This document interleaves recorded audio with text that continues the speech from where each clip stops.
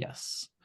Well, good morning, everyone. I'm gonna start off with my camera on. I'm gonna see how I can do this. I don't when I do like webinar-ish sorts of presentations where it's mostly slides. I normally like to have the video off, but I don't know. It seems a little bit more engaging if I can be here. You're welcome to do either way. If you want to keep your cameras on, I appreciate seeing your lovely faces while information is being presented. But I totally get it if you want to turn your camera off. I do think that this is an important topic, which is why, which is one of two reasons why I decided to present on this topic today. The other one is because it was requested, and I want to be responsive to what you guys are actually asking me to do. And so this is really good timing because a lot of stuff has come out literally this month. And so while I think that most of you would probably find out a lot of this information anyway over time. So I think my internet is really screwing up. So I don't know how good this is going to be. But as always, I will get this up, the recording up, and I'll make the slide deck separately available. I do have some links in there. I do think some of this information is probably going to be useful for you going forward. And as always with data, it's better to like sit with it for a little bit rather than just sort of take it in live. So anyway, with all that said, I'm going to go ahead and get started. I do like to start here with my conflict of interest disclosure. I don't have any, and I say that because this can be a really contentious or fraught issue, and sometimes people don't hear me properly. I have a tendency. I do try to stick as closely to what the data says as I can, but it's almost impossible not to make some speculations or try to be a little bit like try to figure out like why this. When I say like my computer's really screwing up or somebody else's is. When I selected all the data, right? And so there's an implication that I think this is important, and it's maybe important for a reason. And sometimes people think I'm being too hard on e-cigs. Other people think I'm being too soft on them. I'm not trying to be hard or soft on e-cigs. I'm just trying to tell you what I see when I go out there and look in the world. I just read a long screed a couple weeks ago on how people like me who say that the best way to treat tobacco dependence is through counseling and meds. And because I say the word medications in a best practice spiel, I'm accused of being in the tank of big pharma. I'm not in the tank of big pharma. I'm not in anybody's tank. I'm not in the tank of big e-cig either. Or big tobacco, or even big public health. I'm just trying to be a good data analyst and reporter of the data. So I do want to begin with some quick notes on the role of nicotine. I think it's important for us understanding the data that you're about to see is to understand that this is nicotine related behavior. Pod mods in particular. My video is really jerky. So by the way, if I break up and I just keep talking, I'm going to try to be responsive to what I can see on my video here. But if I go ahead and I have completely frozen, please stop me, send something in the chat to let me know that I need to repeat myself. Nicotine, or I'm sorry, the pod mods really changed the game on nicotine and nicotine delivery. I'm going to have to. Okay, great. Thank you. And I'm going to make a point of clarification in a second, but and I'll show you some graphs on why I think this is really important. But we talked a lot of things. Historically, when we talked about the pod mods, we talked about a lot of different characteristics that they share. And of course, when the Juul first hit the market, the big thing that you read all the time was that it was the iPhone of e-cigarettes, and that this is why it was so popular, because it was so sleek and so cool. And of course, they advertised on Instagram and on Twitter. And that meant that it was more accessible and more attractive to high schoolers and young adults. And all of that ended up being true. But the thing that really, really makes the biggest difference here is that it is an extremely superior nicotine delivery device. And I'll show you a little bit about what I mean on that in just a second. So we know that nicotine is an alkaloid that's found in the tobacco plant. And I don't want to dwell too much on this. I just want to start here because one of the things that's happened fairly recently, just over the last 2 years or so, is really ramped up, is the production of synthetic nicotine. And I'm bringing this part in just real quick, just because I think it deserves clarification. I've heard some confusion around this issue. People think that the pod mods, the nicotine salt formulations, are in fact synthetic nicotine, and that's a different thing. Right, so the nicotine salt formulations is nothing more than nicotine plus typically benzoic acid. those two things combined. And it doesn't, that's irrespective of where the nicotine comes from. So nicotine salt formulations can use plant or tobacco derived nicotine, or they can be using synthetic nicotine. And synthetic, by synthetic, we mean literally like made in a lab. All right. And so I've seen some confusion around that where some people are thinking all the nicotine salts are synthetic. That's not the case. There are some differences to be interested in. I have to say interested now because I don't necessarily want to say concerned or happy, although they tend to lean in these directions. So the first thing is to know what we're talking about. One is, again, the language here is tobacco-derived or plant-derived nicotine or natural nicotine, although you won't hear that one as often. And the other one is synthetic nicotine, and sometimes it's called tobacco-free nicotine, which is technically true, but is quite obviously being used as a marketing strategy, right? They're saying tobacco-free, knowing that people get a little confused around things being tobacco-free and nicotine-free, and therefore maybe implying that it's healthier in some way. Chemically, is a very slight difference. I mean, to you and me, normal people, it's a very slight difference. If you are a chemist, it might be a bigger difference, and that is the role of there's two major isomers of nicotine.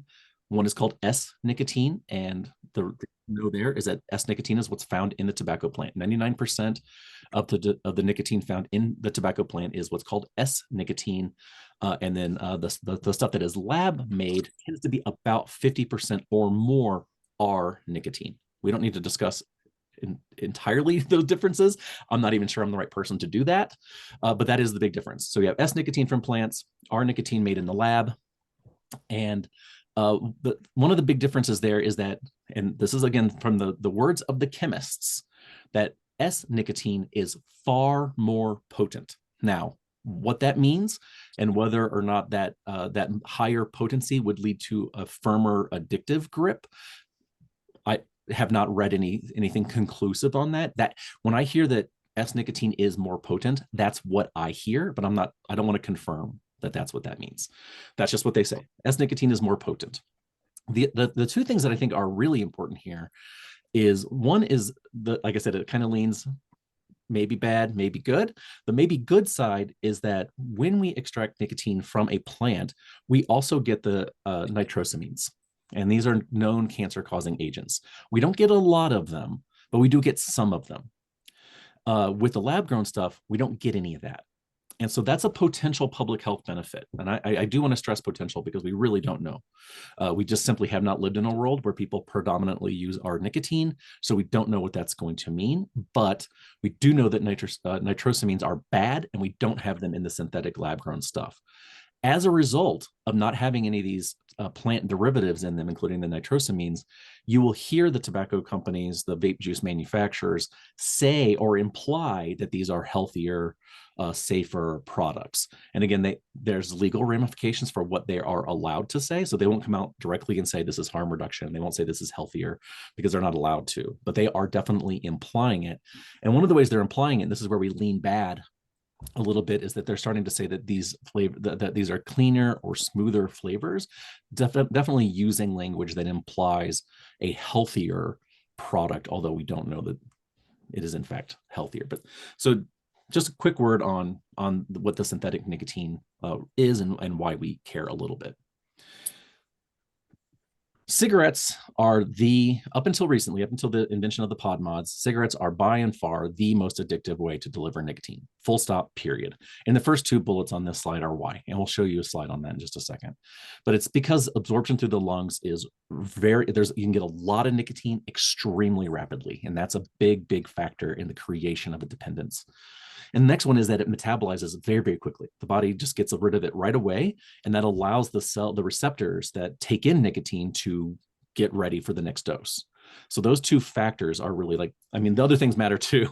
I don't want to just diminish the rest of the slide that I built, but those are really the two major factors. So what you're looking at is, or what you want to see, if you're wanting to see if something is addictive or not, you want to see a real spike in the reception and then a quick drop off. And that is more or less what we see with nicotine. So On this slide, and if you've been through other presentations with me, I use this slide a lot. It's in both our dimensions trainings and our tobacco treatment specialist training. But in that tealish sort of color, that's the curve of nicotine in the body delivered by a cigarette. You see that it kind of goes right up pretty rapidly. It peaks at about 5 minutes after first use. And then the curve on the other side is a little slower than its intake, but not a lot. It's a pretty, you have like a triangle, like a real solid like mountaintop there. And so it's higher than all the others. That's the important key thing here. The peak is higher than all the others, and it's much faster than all the others, right? And that includes even moist snuff, the second best competitor here. That's in that royal blue color. You see that it peaks almost as high as a cigarette, but not until about 30 minutes after first use.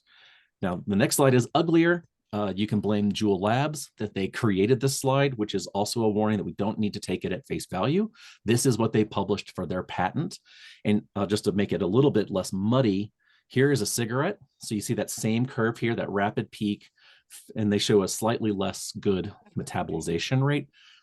I do always like to point out that they did use this in this study. They used a Pall Mall. They didn't use the standardized experimental cigarette that all other researchers use. There's probably a reason for that. Different levels and types of tobacco will deliver different types of nicotine in different ways. And so it's possible that the Pall Mall doesn't deliver as much as the standard cigarette. It's also possible that it's not metabolized as rapidly because of other adulterants and stuff like that. But they did choose a Pall Mall, and that's its curve that I'm drawing a line to there.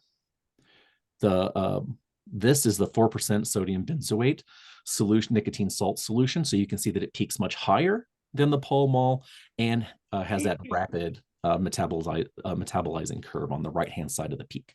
So, but more or less roughly the same shape, definitely comparable to a cigarette.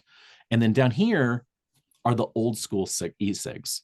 These were what we call the first, second, and third generation e-cigs. These are your cigalikes, your vape pens, vape hookahs, and then the pod mods. All those use freebase nicotine, and that's their curve there at the bottom. So you can see that really once the pod mods entered the picture, you can no longer compare. When you see a study that says like e-cigs, you have to be looking for whether or not they are post Juul, post 2017 data or pre 2017 data, or as I see quite a lot, blended data. And you have to wonder if their conclusions are muddied by the fact that they're using these two very distinct families of nicotine delivery devices. You really want to focus on Juul type devices, these pod mods, if you want to understand what people are using today and what their effects are. So what we would see here is that if they were using a first through third generation e-cig, as most of our older adults are doing, the likelihood that they'll also be using traditional cigarettes is very high. The chance that they will relapse to a traditional cigarette is very high, right? But maybe that's not true, and we'll look into that in just a second. Maybe that's not true with the pod mods. So now I want to share, this is some of where this updated data is. This is a lot of stuff from November here for us. So I do have a source that'll show up on this slide in just a second. I don't know why it's not there now, but the source I have really is just the last year. So if you want this entire graph, I'll have to get a different citation for you. But this is cigarettes. This is past 30 days use is what we call current or contemporary use for adolescents. That's our measure. Have you used at least once in the last 30 days? And this was the prevalence figures from the National Youth Tobacco Survey.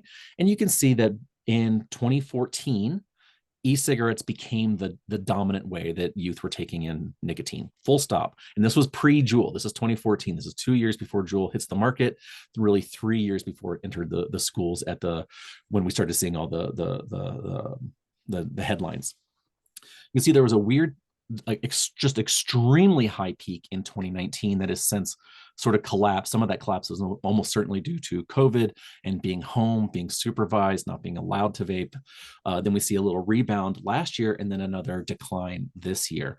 I wouldn't read too much into this year's decline. It's not huge, especially considering what we saw just 2 or 3 years ago. But good news is good news. It's down now, or at least it seems to be down now. You always have to wonder about response rates and prevarication, people lying in the surveys. Another thing I like to point out, if I can, my slides are not advancing. There we go. This black line is all tobacco use. And you can see that since 2014, the all or any tobacco use line is essentially a mirror of the e-cigarette line. E-cigarettes are by far controlling the tobacco use pattern here. It's about 2% for traditional cigarettes in high schools right now. It's about a little less than 2% for pipes, a little bit less than 2% for chew, a little less than 2% for pipes, cigars. So it really is whatever they're doing with e-cigs is determining the shape of any tobacco use. It's obviously higher because there's other things in there, but it's the same shape. And where did that source go? Well, that source is not on the slide. I don't know why. And it'll be in the slide deck. So that was from the National Youth Tobacco Survey, and it was for adolescents. That's the major data source for adolescent behaviors. This is from the PATH study. And if you guys are not familiar with the PATH study, I highly, highly recommend going and just reading every paper you can. This is a longitudinal study that's been in the field since 2013. It was originally designed in 2011.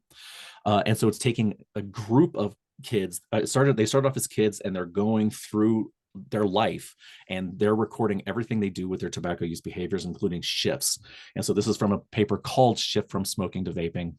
And according to we're in wave 6 of this cohort study. So wave 1 was originally, the data was collected in 2013, and the wave 6 data was from late 2021.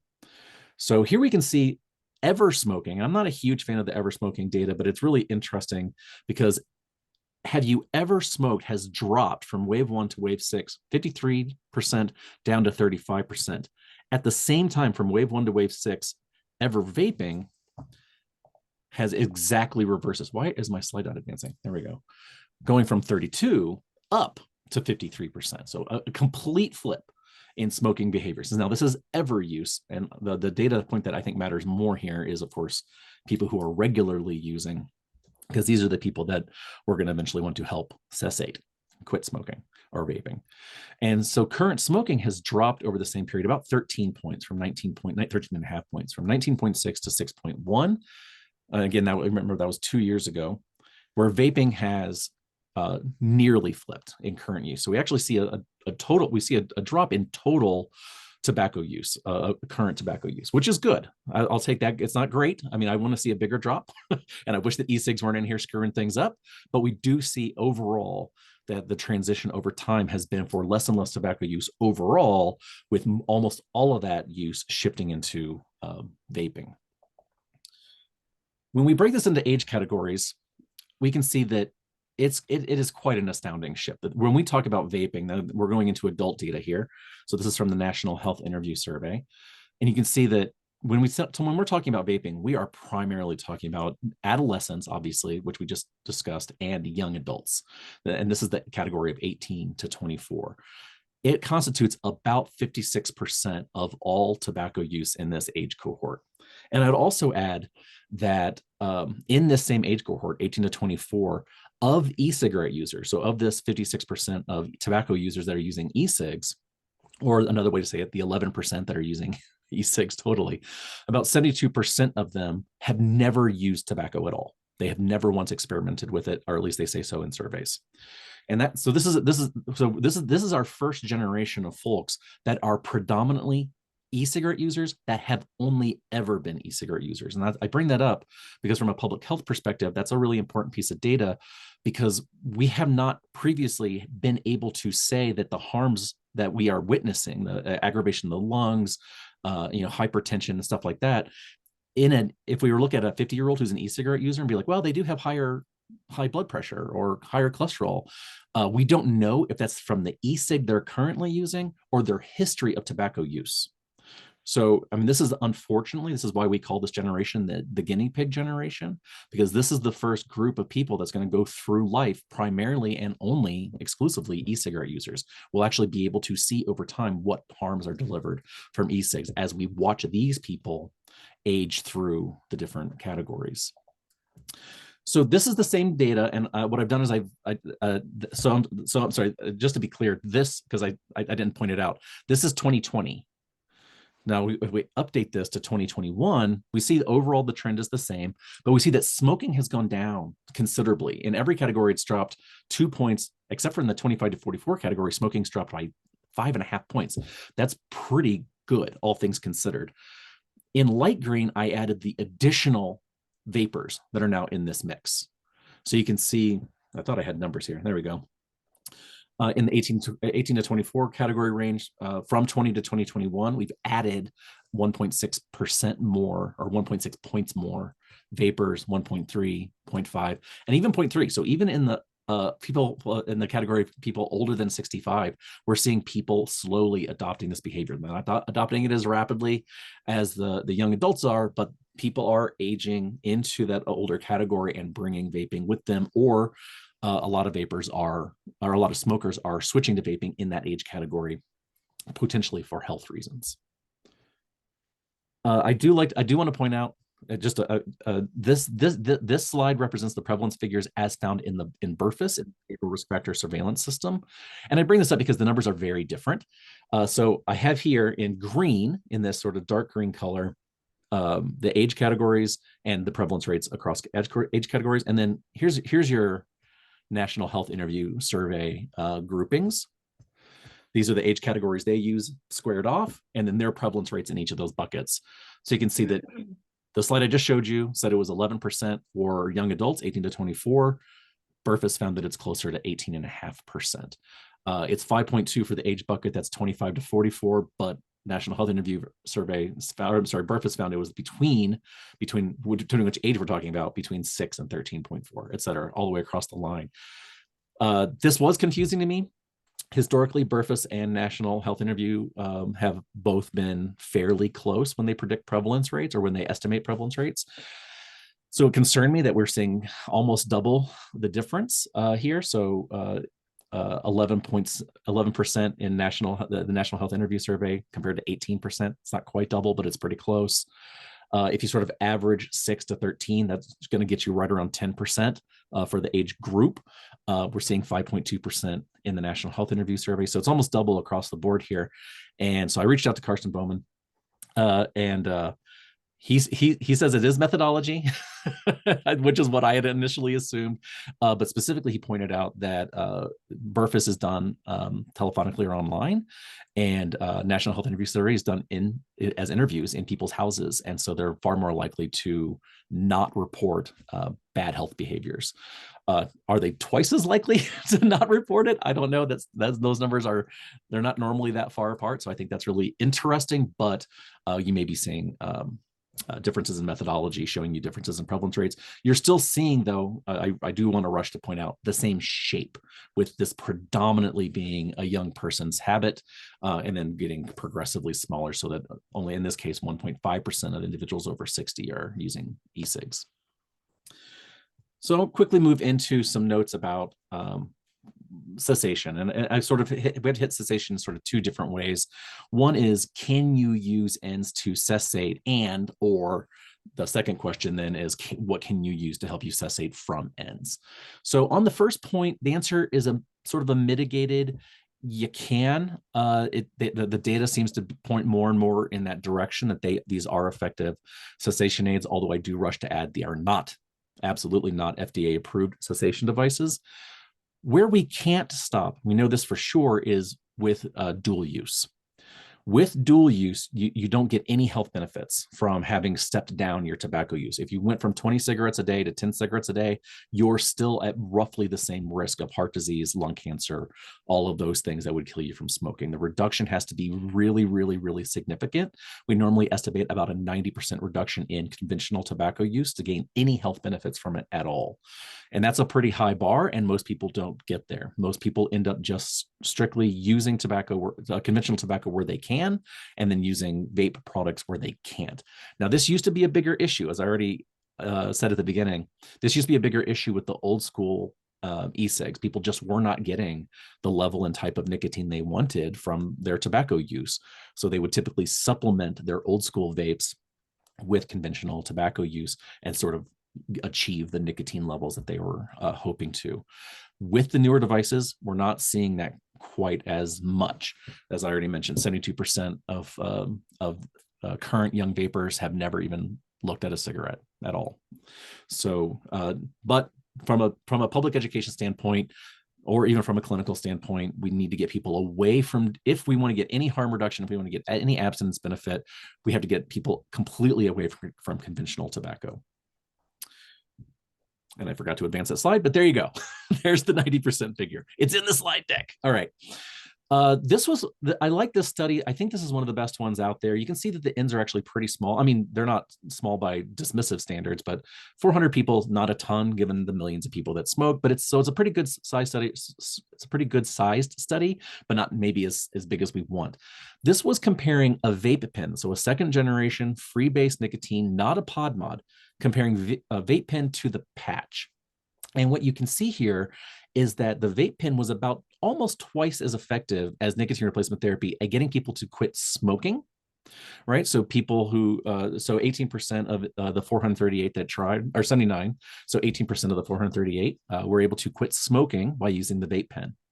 But the next line is the one that's really interesting because, again, this is old school vape pen, free base nicotine, not nearly as addictive as what we have on the market now.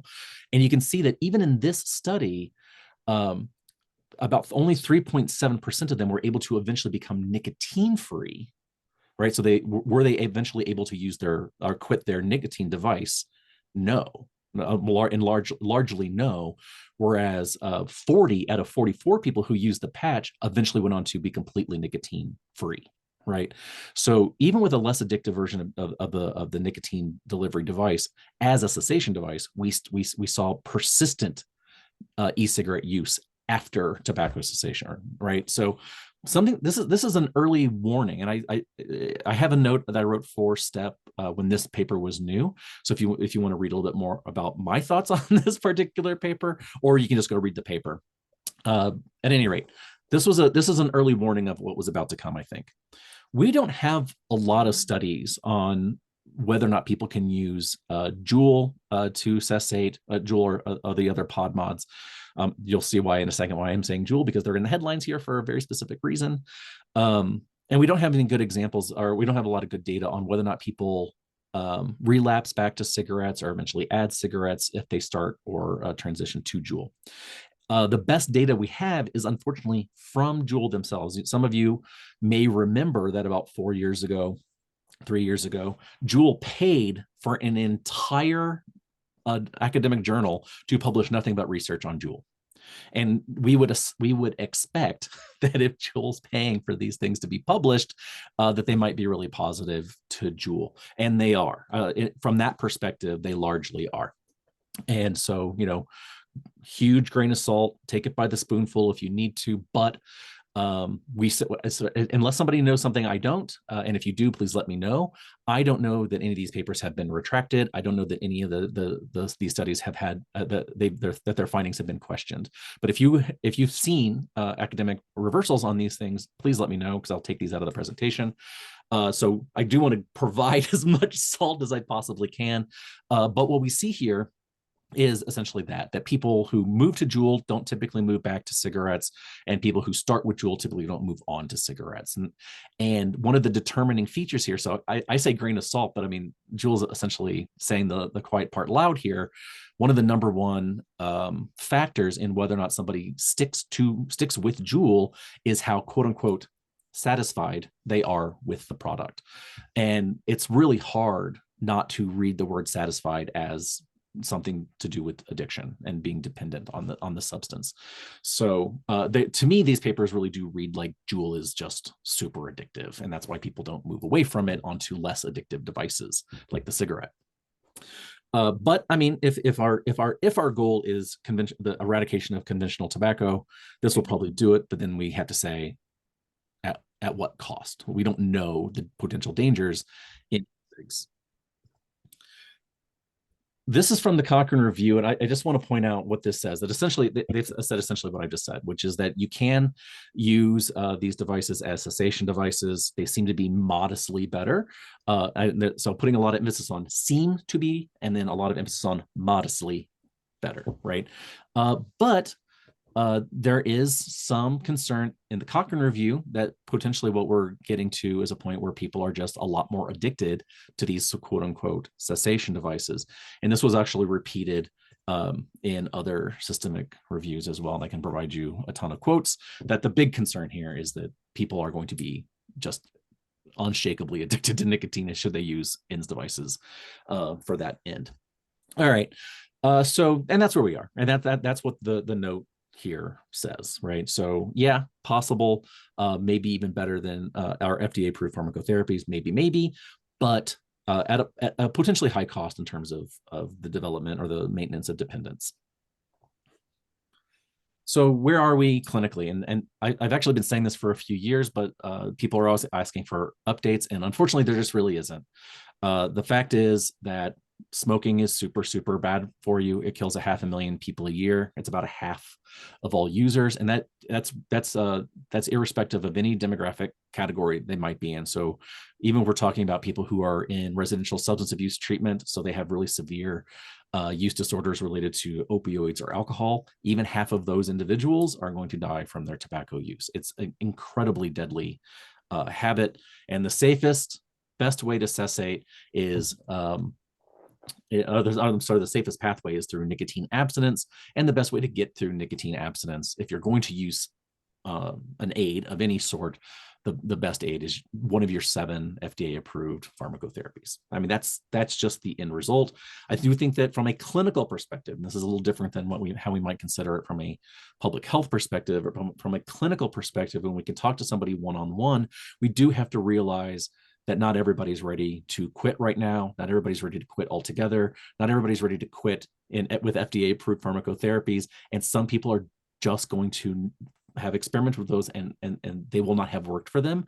And they are interested in alternatives. And one of those alternatives is potentially e-cigs. And for them, I think that we have a responsibility to educate them appropriately about what their potential risks are, including the risks related to furthering their nicotine dependence. But if they're willing, if that's the pathway they want to go to, then we should do that. But we should still write down in their treatment plan that their ultimate goal is or should be nicotine abstinence, and then we will work with them afterward. So in a way, we're thinking about. Now, if I'm thinking, I get asked this question a lot, like, should we think of ends as harm reduction? And I'm going to say, well, qualified, yes, a qualified, maybe. If we were to compare harm reduction in other use disorder treatment plans, like if you were using opioids, methadone or Suboxone might be considered a harm reduction strategy. Those are FDA approved meds. So the harm reduction strategy that is most analogous to that in the nicotine world is the FDA approved pharmacotherapy. So that is the harm reduction strategy. This is a potential pathway for people, but it's not an approved pathway by any means, right? I just want to be really, really clear. It has that at the beginning. I'm not in the tank of big tobacco, big pharma, or big vape. So I want to keep this as this is just a reality for some folks. This is the pathway they're interested in. And it could potentially serve that harm reduction capacity, but we do have to be really mindful of their level of dependence and how that's manifesting so that we can make a treatment plan for them in that regard. And one of those things that we need to be doing here is making sure that they are educated about nicotine. There's a lot of confusion about nicotine that really runs the gamut on both directions. It is about 25% of MDs, medical providers, who think that nicotine is the carcinogenic agent inside of tobacco. And it's not. That's not what causes cancer. So we need to educate our providers on what the actual risks are. And on the flip side, there are users who think that nicotine is perfectly and entirely safe. And that is also not true. It is not safe at all for any human being that's less than 25 years old. And I will include in that category developing fetuses. So if you are responsible for anybody who is younger than 25, then we definitely want to try to protect those individuals from exposure to nicotine. But then it continues to persist with its harms. It is definitely linked to the progression and development of diabetes. It seems to be implicated in the growth of certain tumors. It doesn't seem to cause the development of tumors, but it does seem to speed up their growth, which can be problematic, and it may be related to other health issues that we just don't know about yet, because we haven't had a generation of people who use a lot of nicotine without exposure to other toxins. So we want to make sure that we're educating around nicotine. And then on the final clinical note, we do have to realize that even though we didn't really use the language this way back in the 80s when the patch was first being introduced in 1984, and when the nicotine replacement therapies first went over the counter in the early 90s, we weren't really talking about nicotine dependence back then. And as a matter of fact, nicotine dependence is still not the terminology of choice. The DSM-5, the psychiatric manual, still refers to tobacco use disorder. But we need to understand that the reason that people persist in this particular habit is related to nicotine dependence, and nicotine replacement therapy has always treated nicotine dependence. Bupropion seems to act on the same sorts of dependence pathways in the brain as nicotine uses, as well as other drugs use. So that seems to be related to nicotine dependence as well. And of course, varenicline specifically blocks the nicotinic receptors, and therefore is treating nicotine dependence. Those medicines were all treating nicotine dependence. And the thing that people have with vaping is nicotine dependence. So do these medicines work for that? Well, I can't say yes for sure because we don't have studies on that. And as a matter of fact, if you look up electronic nicotine delivery systems and cessation, if you look up e-cigarettes and cessation in all of our scientific journals, they're all about whether or not e-cigs are good cessation devices, and not really questioning yet whether or not people can get off of these proposed hypothetical quote unquote meds. So, but the answer should be yes. So I would say that anybody who qualifies for using these drugs should consider them if what they want to do is cessate from these devices. Now with youth, we don't have that option. And I have to make this clarification all the time, so I might as well make it in a big group. The studies on nicotine replacement therapies, varenicline and bupropion on youth, to the extent that we have them, do not show that they're efficacious. They do not show that they work. Okay. Now, I always add the qualification that we don't really know why that's the case. Nicotine dependence is nicotine dependence. So why wouldn't a drug that treats nicotine dependence and works in adults, why wouldn't it also work in kids? And the bottom line is, well, we don't really know, because kids are aliens. As if you read a lot of stuff in pediatric journals, if you talk to a lot of mental health or medical health specialists who work with kids, they'll tell you that kids are not just adults in small bodies. Their bodies are different. They're physiologically different. They have different hormonal makeups. They're metabolizing things far more rapidly. There could be any number of reasons why nicotine replacement therapy doesn't seem to work. One of the most driving hypotheses here is that kids historically did not use tobacco at the frequency and dose required to develop the kind of dependence that is treated by those FDA-approved pharmacotherapies. And nowadays, that's not true. They are using regularly high intensity, high doses. And so it could be the case that in 3 or 4 or 5 years, some of these newer studies will come out and show us that when the dependence level has hit that high of a level, then it works. But we don't know that yet. That's still in the future. We still have to wait. It's hard to do experiments on kids because they're kids. There's not going to be very many, and if the early ones show positive, then we might see more. If the early ones show negative, then the IRBs are going to be a lot less willing to subject future cohorts to a potential damaging exposure to nicotine. So we don't know yet, but the good news, bad news here is that counseling is about as effective as meds. Counseling alone is about as effective as meds alone, right around the 20% cessation rate. I'm just ballparking those figures because I like nice round numbers, but that means if we can get kids in front of caring adults who are trained as coaches or counselors, especially those who might be trained in advanced therapeutic modalities like CBT, family-based therapies, DBT for kids, then we have just as much chance to getting them to cessate as if we just handed them varenicline without really following up with them. So it's not an ideal solution. I wish it were. I wish I had a really great answer, but that's just the world that we live in. We don't have medications that we know work, and so we're stuck with the other thing, which is the counseling thing. The other thing to keep in mind here is that if a child has a pediatrician, has a primary care physician, that primary care physician can, and I will underline the word can, prescribe FDA-approved pharmacotherapies off-label to children that young. I don't want to make a blanket statement that every doctor should definitely be giving these meds to every child. I think it's a case to case situation. I want to make sure that the provider is educated about nicotine dependence and about how the cessation meds work. They're looking at potential drug interactions, especially with bupropion and varenicline in young bodies. And I would want to make sure that they knew how to assess nicotine dependence in young people to really make sure that that person is dependent and therefore qualifies for this drug. And then I would, of course, want to make sure that they were in a system of care that's doing pretty frequent follow-up. That way we could reverse course if things don't look like they're going in the right direction. So that's a real case by case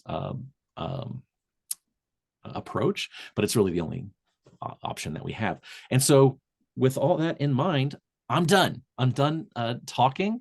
I'm going to stop sharing my screen. Well, I mean, if you have questions, you can always reach out to me, and I'll stop sharing my screen and turn it over to you guys. Do you have anything stand out to you as interesting, scary? Anything you disagree with? Any questions? Any things I can clarify?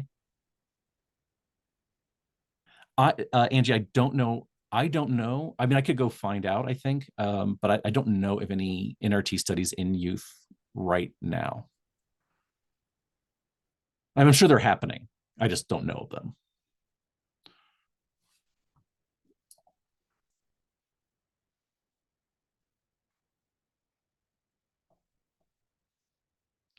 Good. Actually, I'm glad you liked it. One of the things that happened here is because you all are tobacco professionals. I didn't start off with a lot of the level setting stuff. So if I skipped over stuff, especially in the early bits, that you need to know, and you don't have to be afraid to ask. I really did start kind of treat this as like a level 2 tobacco cessation for vape.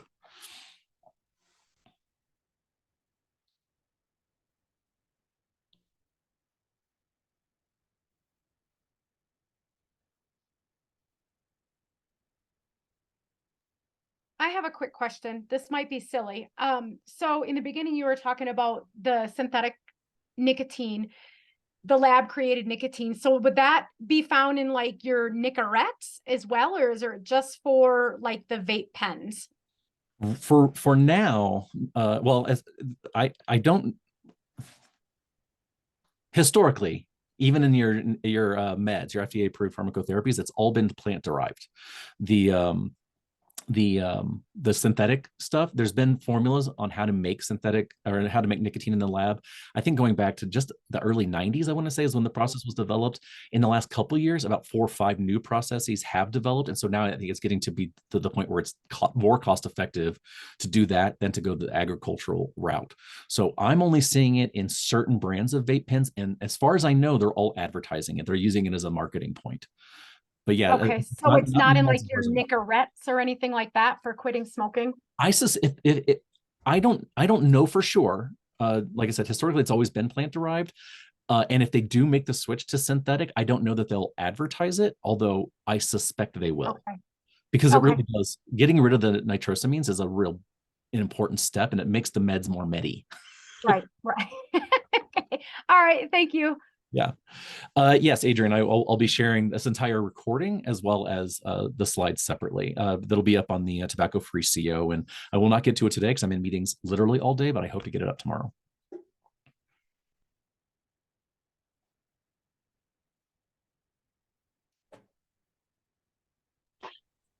I think this was really informational. This was informational, educational, Jim. Yeah. I am still new to this world, and really just learned a lot listening in while driving. And looking forward to listening to the recording again, so I can look at the slides as well. And I guess, just like bottom line, when it comes to kids, it's all mental health, right? It's all mental health strategies. Yeah. Counseling, to support them in this process, which I guess, we all know, but this really definitely makes a case for that to be the focus. Yeah, and even when we do get access to meds, if we ever get access to meds for kids, the role of counseling or coaching is still going to be really imperative. That kids use drugs for a variety of reasons, and they're almost all psychosocially driven. There are genetic predispositions that could be impacted here. There are physical changes as a result of trauma and exposure to trauma, but primarily the drivers are psychosocial. So we're always going to want a counseling role for kids. And I was wondering, during the public health in the Rockies, I actually attended a few sessions about some social media and online based like supportive group, social connected strategies for youth to get away from vaping. And I'm just wondering, is that something maybe you could do some sort of like presentation on, like all those different things that are working out there? Like, because I mean, there was at least 3 of them that I thought were really, really awesome. Of course, I can't remember what they are at this point. I don't consider myself an expert on youth cessation outside of just regular like biological cessation. There are a few things that I know that are just considered standard best practices, that youth focused endeavors really should be youth led endeavors. Obviously, I think that the social media environment has to be altered to be more conducive. I would look at RMC Health, and I would look at Uprise as leaders on what's really working for kids here locally. Okay. Hopefully, I think that they probably have a better understanding of even the literature, especially around the social elements. I think of myself more as a psychological expert more than a sociological one. Awesome, thanks. Yeah.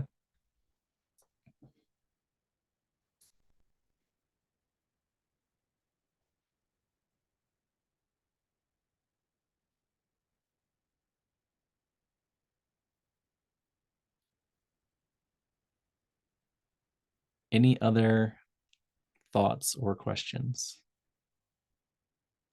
Yeah, I have one.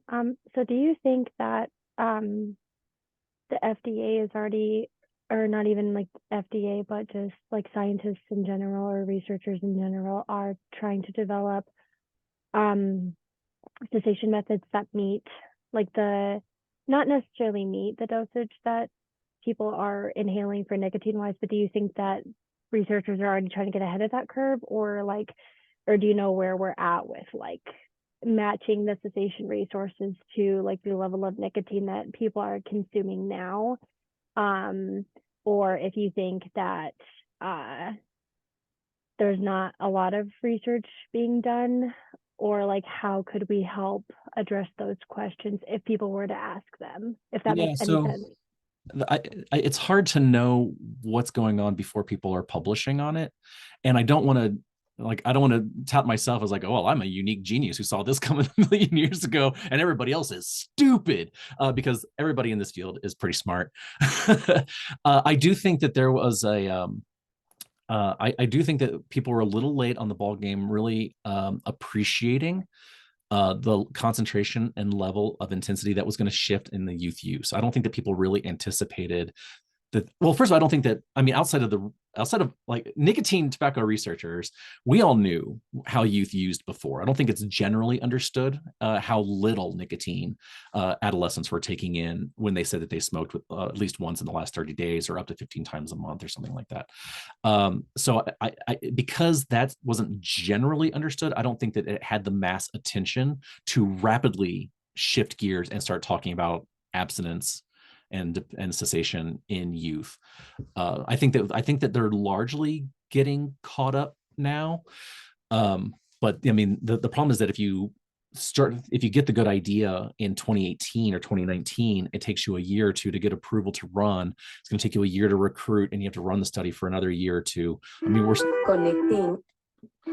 I can't make that stop. I can't make it stop. We're still, even if they got on board, and I'm hoping they did, and they probably did, we're still probably 3 or 4 years outside of seeing even a preliminary result. It really is just the case that it's just very hard to get IRB approval for giving kids meds. Especially the nicotine replacement therapies, because we know that nicotine is harmful for kids. And it's hard to make a good ethical case that a little less harm that you're giving to somebody is better than the really bad harm they're giving to themselves, because people are allowed to do it to themselves from an ethical POV. So it's just very difficult. There is the potential, I think, for maybe some of these non-medical interventions. We've had a couple different like neurofeedback. Kids use neurofeedback for other things. So will neurofeedback work for adolescent nicotine dependence? I mean, I'd love to see that study. I haven't seen anybody float that idea out. There's also the brain stimulation exercises, and again, kids are already using this for other interventions. So I think that there's maybe a potential there. There are some plant-based alternatives. Both varenicline and cytisinicline are both plant-based, plant-derived products. And so it's possible that we might see something in the alternative medicine space open up, although they're already bad about doing experiments. So I don't see them jumping on the bandwagon for youth experiments. But if one of them did, I think it would be an easier pathway for them, because I mean, to make a flower-based tea and then just see like the level of potential harm there is so much smaller that I think it'd be easier to get approval. My phone is habla en españoling to me. All right. I wish I had a better answer, but I just simply don't know what people are doing.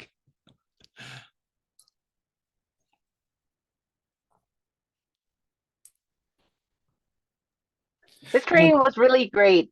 Thank you for that PowerPoint presentation. Really helpful. I'm glad you liked it. Another thing on the concentration of nicotine, I don't anticipate it going up a lot for adults. For youth, I think we're seeing a gigantic transition. But with adults, I don't think that we're going to see like a big leap from, say, like an average of 20 milligrams a day to 40 milligrams a day of bioavailable nicotine, simply because we've had e-juice on the market for a really long time, and we haven't seen that jump. We know that, and there's always this fear when you just discuss drugs to people that you might be teaching them like bad behaviors. But we know that you can inject nicotine, but people don't gravitate that way. And there's I don't know why that would be the case. We also know that like people generally like they'll hit like their regular I smoke 15 cigarettes a day, I smoke 20 cigarettes a day, I smoke 29 cigarettes a day, and once they hit that number, they just keep that for the rest of their lives until they decide they want to quit, and then they'll try to step down. But they don't tend to, like, what you would normally expect because of tolerance is that every year or so they would ramp up like 1 or 2 or 3 cigarettes a day, and they just don't. They hit a cap. And it's been hypothesized previously that that's due to the toxins that are in cigarettes. That's sort of your body can tolerate and increase its tolerance to the drug. It can create new receptors, et cetera, and increase its metabolization efforts. But with the other things, you really do hit like a toxic threshold, and you can't go beyond it without making yourself sick. That's one theory, but e-cigs have been on the market for at this point 11 years. And we even with e-cigs, we didn't see that level and type of progression, even though all those toxins are removed. Most of those toxins are removed. So that's speculation on my part. I don't anticipate adults like really ramping up how much nicotine they're taking in. There seems to be some other kind of threshold at work there, and it's probably due to the metabolization.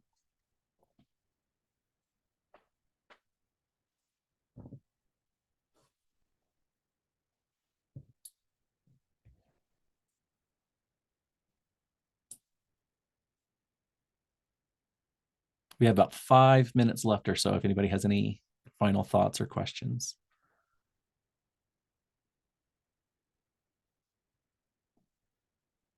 Yeah, Melinda. You know where our job becomes a little bit difficult when we try to talk about nicotine dash tobacco with individuals where their culture allows it, right? So let's say I was born and raised in Germany, and I know in my state, in a certain area, people, they do snuff. I don't know if you guys are familiar with that. It's like they sniff it up their nose, and then My brother, he's Muslim, and so in his faith, smoking hookah is it's something cultural based. And we have people here in the United States that are from all parts of the world. And so when we think about cultures, and that it's in some cultures more so accepted than in our westernized culture, and it becomes sometimes difficult to say, hey, you need to stop, because do you know what I'm trying to say? Oh It makes yeah. it really, really difficult to say, how do we educate them, but still respect their cultures and their practices? Um, yeah, how do we do that? It is hard. I mean, a lot of that. Normally, I'm in the position where I'm like, education's not enough, public education's not enough. But this is a case where even within every generation, within every culture, there's people who like it and other people who don't. There's some people who accept it unquestioningly, but when they start to think about it, they're like, oh, we really shouldn't do that. And to find those voices within the culture to sort of lead the charge is really the way to do it. Several years ago for STEP, I did the introduction to the person-centered health neighborhood, and in the second volume of that 3-part series, I talk about a public education campaign that took place in Minnesota with the Hmong people. And in the Hmong cultures, what they do is they make these gigantic ornate platters of rolled cigarettes that they deliver as a wedding gift, because tobacco in Vietnam, South Vietnam, is very, very expensive. And so to show how many cigarettes you had was a show of wealth. And it was how the father, like, it was part of like the patrimony, right? Like, be like, I am very wealthy, I paid for this wedding, and here's all these cigarettes. And so what they did in Minnesota was they worked with the Hmong people, and they used rolled up dollar bills. So it was still exactly the same platter, still little cylinders on display, and still a way to showcase wealth. But of course, it wasn't like some white Minnesotan who came up with that strategy in their bedroom.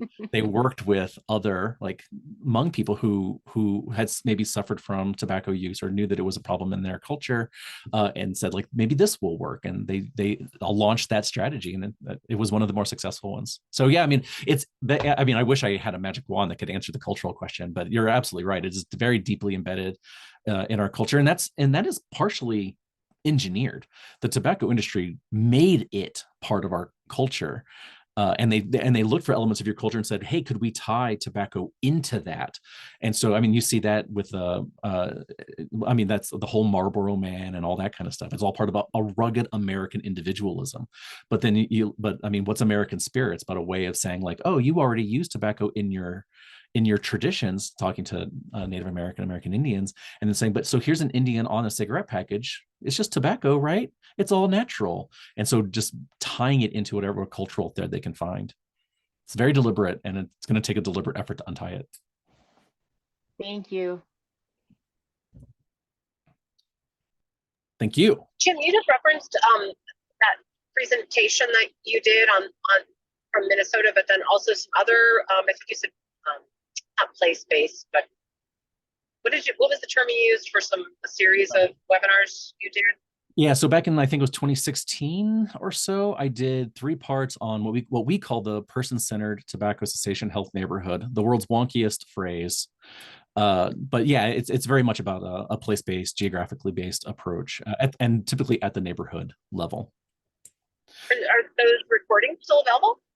I hope so. I should go look. If they're not there, if you go and look for them and they're not there, let me know, because I still have them here. I can always re-upload them, but they should be there. And if they're not there, you know what? They do exist on YouTube. I can also send you links. Oh, okay. Or yeah, if you could share what to look for on YouTube. Yeah, that'd be awesome.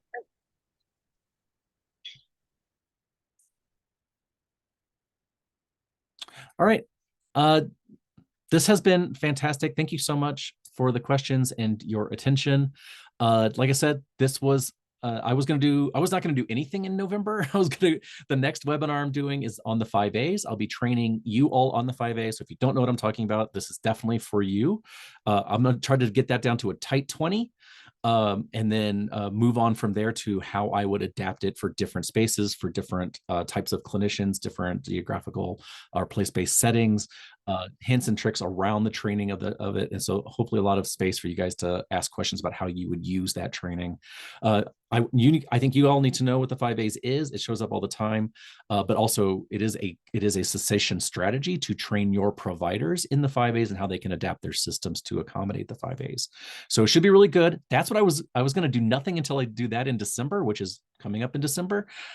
But somebody said they wanted to hear this, and then look at all the people that showed up when I said that I was going to do it. So if you're out there and you're confused or you're curious, if you just want an update on stuff, send it to me. And if I agree that other people should know it, I'll put together some notes. And they could be this long, or they could be, 5 minutes, whatever the content deserves.